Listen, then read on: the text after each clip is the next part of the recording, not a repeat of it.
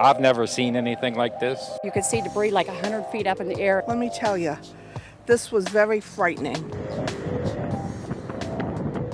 We looked out our kitchen window and the tornado was here. It was like spinning in the air. And they need help. They need help a lot of help. Not just cleaning up. They gotta get over this.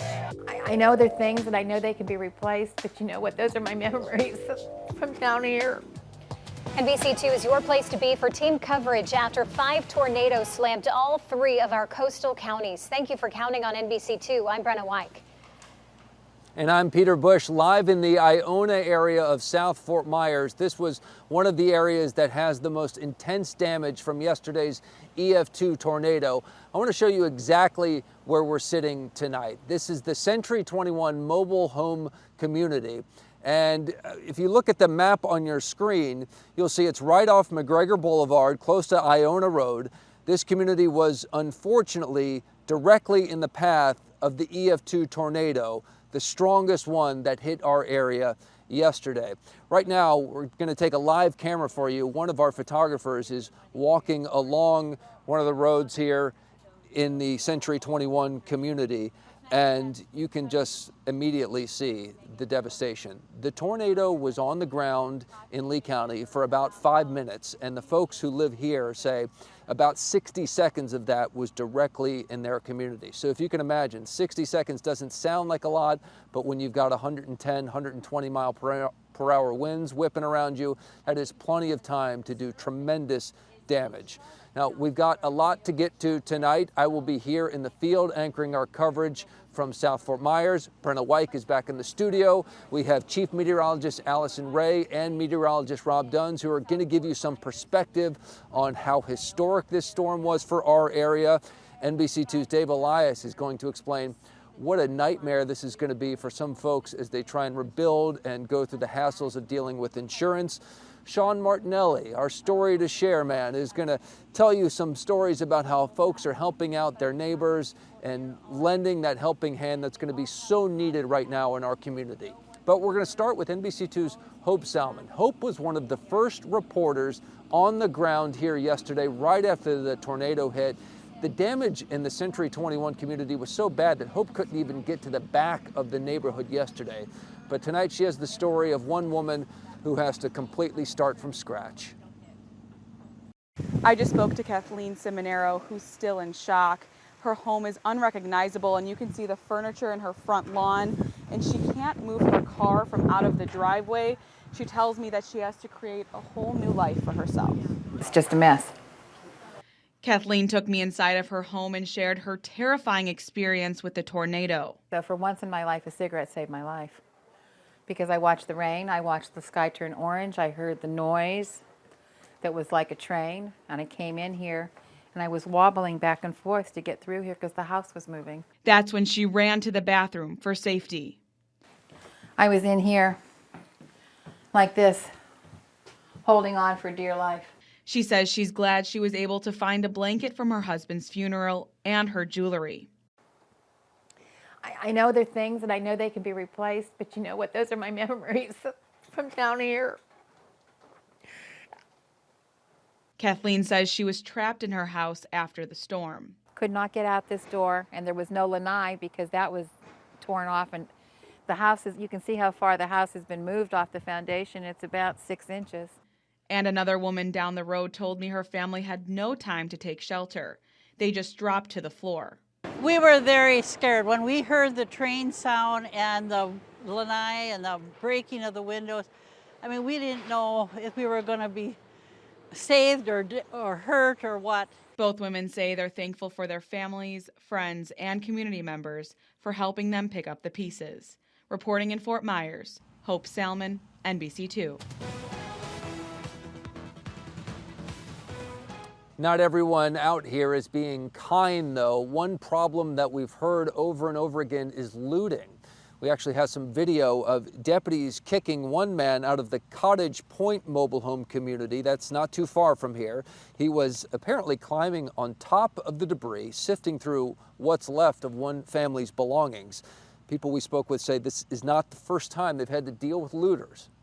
They come in here quite a bit. The last time was Irma. I can't believe anybody would stoop that low to take advantage of a tragedy.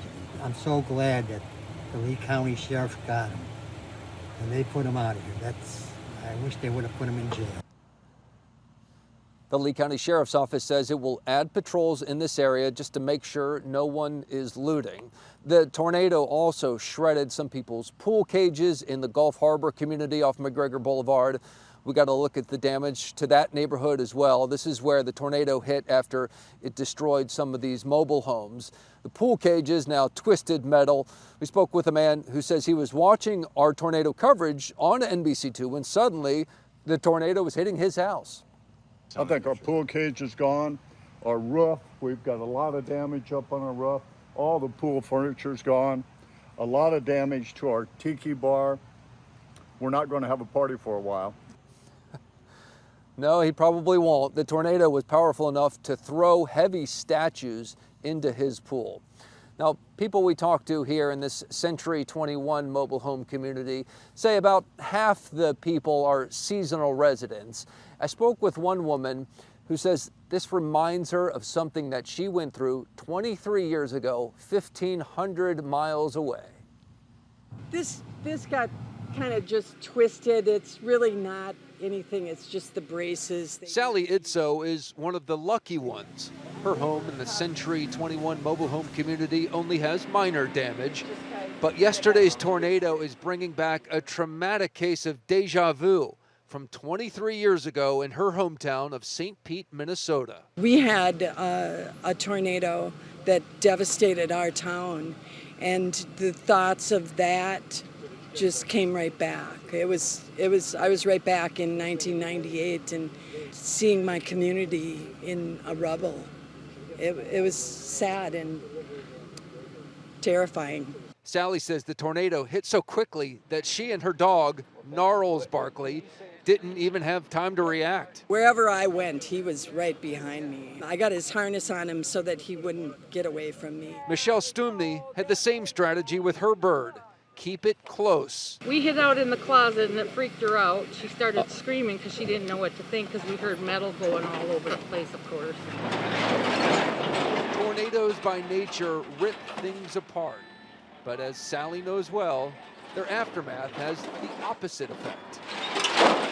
People get traumatized, but it also pulls everybody together and people rebuild and remake what they had. You know, we talk a lot about the difference between a tornado and a hurricane, and the one common thing you hear about tornadoes is they're so awful because there's not much warning, as opposed to a hurricane, which we see coming for days.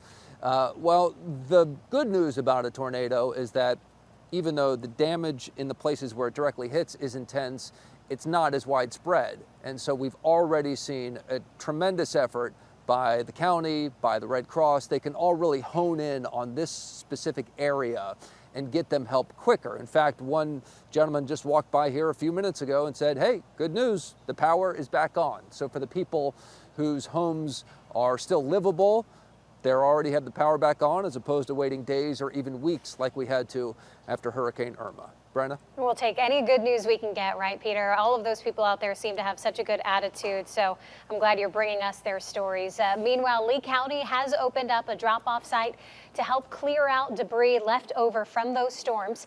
Lee County Solid Waste staff are here along A&W Bulb Road. That is south of McGregor Boulevard, near where that tornado hit, where Peter is. The site is open from now until 6 tonight, and it will reopen tomorrow from 9 to 6.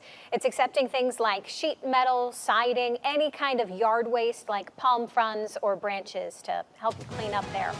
All of yesterday's storms and all of the damage that came with them happened because of a cold front. So that got us thinking, we get cold fronts like this all the time, and this is not even the first one we've had this year. So what made this cold front different and ultimately more dangerous and devastating than all of the rest? It's bring in meteorologist Rob Duns. I'm sure you've got an answer for us, Rob. Well, Brenna, a cold front is a cold front regardless of how strong it is. But what makes a cold front a strong cold front as compared to a weak cold front is what the winds are doing in the mid and upper levels of the atmosphere. Yesterday, we had very, very intense winds that were very strong in the mid and upper levels of the atmosphere that also changed direction with height. That makes it possible for storms to spin and in some cases, like we saw yesterday, spark tornadoes. A weak cold front, though, looks a little bit different in the mid and upper levels of the atmosphere. You don't have the winds moving quite as intense and you don't have quite as much spin, which makes tornadoes a little less likely. A non-weather related way you can think of different cars. You know, these are both car doesn't have quite as much power. Large sedan, it's got a bigger energy, a lot more. So these are both cars, both fronts, but because they're constructed different impacts. Back to you. Mobile homes destroyed or damaged and insured. That leaves owners forced to share dollars they don't have for needed repair, hoping to take advantage. Our team covered bias. Handing out pamphlets like this one to people who have literally just had their lives turned upside down, others missing their rooftops. Now, while some may be perfectly legitimate, the sheriff is warning to do your homework. Feel sorry for a lot of these people. Those living in Cottage Point overwhelmed with people knocking on their doors claiming to help. I told them to get out of here. All they're saying is they want to help, and I told them, no, you don't want to help. He fears many of them are a scam. I wish the police would be here and just stop all this soliciting and the traffic. As families here face crisis. The house is filled with water, and all the drywall's got to come out. And even worse for Julie Keating's brother. There's no insurance on the house because it was basically uninsurable. He's not the only one in the community that's in that circumstance, unfortunately. Insurance is costly and difficult to even get. People can't do it. They go without. That's because mobile homes are like cars. They depreciate in value. They're insured through what's called actual cash value. So they'll say, well, if your home is 30 years old, we're going to depreciate it maybe 50%. So that really they're only going to recoup about 50% of these losses on a lot of these homes, which is heartbreaking. Their only option is pull from savings if they have it. So you do not want to be taken advantage of. Sheriff Carmine Marcino agrees. He stepped up patrols to keep residents here safe. We know that there are homes that got hit hard with the storm. There's opportunities for undesirables or people to prey on migrate residents. Now, if you need help because of yesterday's tornado, you can call 211. If you'd like to help, you can make donations to the United Way's Southwest Florida Relief Fund. We have put a link up on our webpage under News Links. From Cottage Point, Dave Elias, NBC2. A new variant may change the way you get tested. We'll explain why health experts are exploring a new approach to COVID-19 testing next. Plus, another live look at the damage in Iona after tornadoes ripped through the area yesterday. And we're tracking our next cold front. What time does it arrive? When can we expect rain? And will we see thunderstorms? That's coming up in your First Alert forecast.